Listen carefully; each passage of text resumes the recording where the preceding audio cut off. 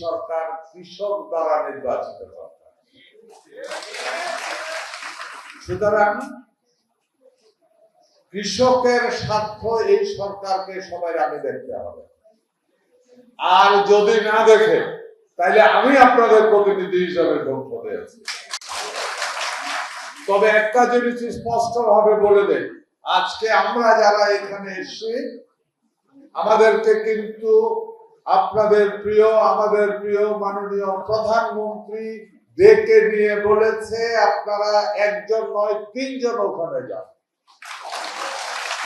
সুতরাং নির্দ্বিধায় নিঃসংকোচে বলতে পারেন বর্তমান প্রধানমন্ত্রী ওনার পিতার মতো, ওনার মরহুম মাতার মতো উনি নিজেও এই দেশের একজন কৃষক বা কৃষি প্রেমিক প্রধানমন্ত্রী।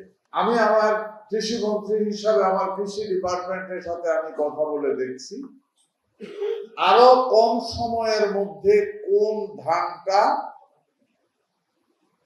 উৎপাদন করা সম্ভব, আরো কম সময়। যদি এমন কোন ধান আমাদের মধ্যে থাকে, প্রতি বছরের নতুন নতুন ধান কিন্তু উদ্ভাবিত হচ্ছে, এমন কোন ধান যদি হয় বর্তমান যে ধান চাষ করছেন তার থেকেও 7 দিন আগে ধানটা কাটা যাবে, তাইলে এই বন্যাটা তো পাইতো না। কেউ সত্যি না? আমরা চেষ্টা করছি আপনাদের জন্য ওই ধরনের ধান দিতে। দ্বিতীয়ত, আপনারা এই যখন এই ফসলটা করেন, ইরিগেশনে যখন আসেন, তখন আপনাদের প্রচুর টাকা খরচ হয় ডিজেলে। এদেশের কৃষকের সবচেয়ে বড় যেটা সমস্যা, কৃষক যেই পণ্য উৎপাদন করে সত্যিকার অর্থে ন্যায্য মূল্যে ওই পণ্য বিক্রি করতে পারে না। মনে রাখবেন, আমি আপনাদের প্রতিনিধি সংসদে, সুতরাং আপনাদের পক্ষে আমি বলবো এবং যা বলবো সত্যি বলবো, এবং এটা আপনাদের জন্য আদায় করে আনার দায়িত্ব নিলাম আমি। কৃষকের মূল দায়িত্ব কি? আপনারা শ্যালো চালান, ডিজেলের দাম প্রচুর, কষ্ট অনেক খাই। আমরা এই বছর থেকে চিন্তা করছি আগামী বছরের মধ্যে পর্যায়ক্রমে বাংলাদেশে যত শ্যালো টিউবওয়েল আছে, যত ডিপ টিউবওয়েল আছে, সমস্ত টিউবওয়েলকে ডিজেল থেকে বের করে আমরা সোলার সিস্টেমে নিয়ে যাওয়ার চেষ্টা করি। কি উপকার হইব? 1 বছর হয়তো যে খরচ আছে, হ্যাঁ ওইখানে আমরা আছি, আমরা আপনাদের ধারে সব চাপাবো না। সরকারও আপনাদের, আপনারাও আপনাদের, আমরাও আপনাদের। হয়তোবা দুজনের শেয়ার করতে হবে কিছু কিছু, কিন্তু যে শেয়ারই করেন 1 বছরের মধ্যে টাকা উঠে যাবে, তারপরের বছর আল্লাহ সূর্য দিচ্ছে, ওইখান থেকে রৌদ্র আসবো, হিট হইব, অটোমেটিক মোটর চলবো। 2, আপনাদের এখানে আমরা বলি বিদ্যুৎ চমকা, বা এই দেশে সিলেটে কি বলে আমি হইতে পারতাম না, সেটা কি ঠাডা ভরা হয় কিনা, যে এই যে ঠাডা ধরে, এটা আপনাদের হাওর অঞ্চলে সবচেয়ে বেশি ঠাডা পড়ে। কেন? এখানে গাছগাছালি নাই।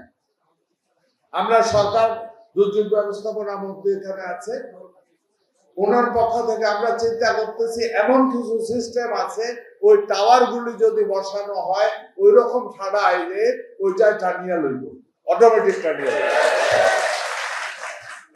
ওই রকম ব্যবস্থা আছে দুনিয়া, ওইটাও চেষ্টা করা হইতেছে, বিশেষ করে হাওর অঞ্চলে। দ্বিতীয়, হাওর অঞ্চলের একটা বড় সমস্যা সেটা হলো আপনারা যখন ধান কাটলা তখন এটা শুকানোর লাগে সবচেয়ে বড় সমস্যা হয়, ঠিক কিনা? আপনারা, আমি দেখছি এখানে আসার পথে সবাই 3 বেছে ধান শুকাইতেছে।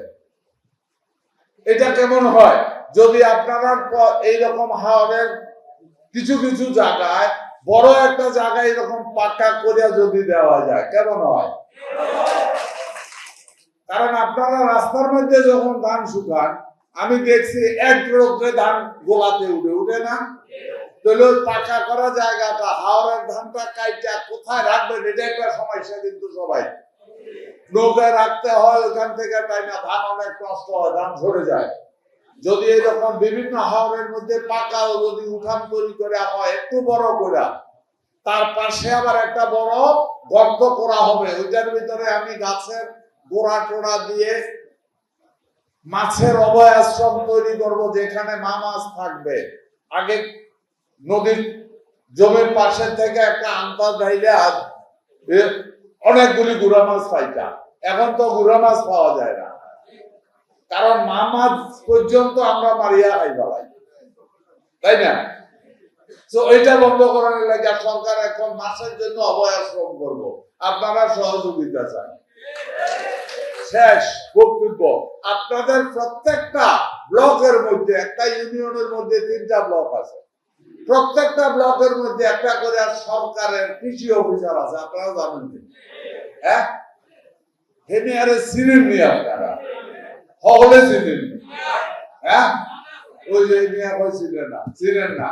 ওকে, আমি বলে দিলাম প্রত্যেকটা ব্লকের মধ্যে একটা কৃষি অফিসার আছে, ওর কাজ আপনাকে কি ধান লাগাবেন, কি চাষ করবেন, কি সার দেবেন, সবগুলি আপনাদেরকে সাজেস্ট করা, এটা ওর দায়িত্ব।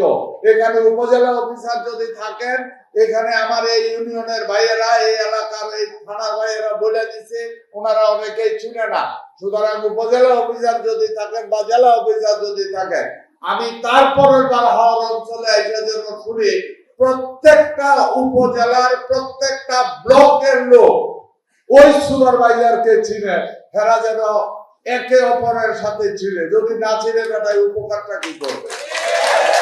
আপনারাও খুঁজে বের করে দিলাম, আমি অফিসারেও অর্ডার দিয়ে দিলাম। আজকে আমরা কিছু ত্রাণ দেবে, এটা আমাদের ত্রাণমন্ত্রী সাহেব নিয়ে আসে। আমার কৃষকের পক্ষ থেকে, কৃষি ডিপার্টমেন্টের পক্ষ থেকে বাকি কাজগুলির জন্য আমরা কাজ শুরু করছি। প্রথম চেষ্টা করবো এই পানিটা যেন লক না হয়, এটাকে কিভাবে সরানো যায়। দ্বিতীয়ত, আমি ওই যে বললাম আপনার পাকা উঠানটা যদি করে দিতে পারে, 2টা পাশে যেই গর্তটা বা পুকুর যেটা কাটা হবে, এটার মাঝে মাছ থাকবে, এটা তো মাছ মারিয়া খাই পালাইবেন না, এটাই অনুরোধ থাকবে। দোয়া করবেন এই সরকারের জন্য। এই সরকার সত্যিকার অর্থে দেশপ্রেমিক সরকার, এই সরকার কৃষক প্রেমিক সরকার, এই সরকার মনে করে বিশ্বাস করে, জনাব তারেক রহমান মাননীয় প্রধানমন্ত্রী মনে করে বিশ্বাস করে, কৃষক বাঁচলে দেশ বাঁচবে। তারেক রহমান মনে করে বিশ্বাস করে, কৃষকের অর্থনীতি শক্তিশালী হলে বাংলাদেশের অর্থনীতি শক্তিশালী হবে। সুতরাং এই জন্য সরকার এগিয়ে যাবে, আপনাদের সহযোগিতা প্রয়োজন। ইনশাআল্লাহ আমরা এগিয়ে যাব। চলেন, যে যেখানে আছি সততার সাথে দায়িত্ব পালন করি। আমরা আগে পূর্বপুরুষেরা যারা এই পৃথিবীতে এসছে, তারা এই পৃথিবীকে সুন্দর করে গেছে বলে একটা সুন্দর পৃথিবী আমরা উপভোগ করছি। আসলে আমরা সবাই প্রতিজ্ঞা করি, আগামী দিনে যারা আসবে এই পৃথিবীতে, তাদের জন্য আরেকটা সুন্দর পৃথিবী আমরা উপহার দিয়ে যাব।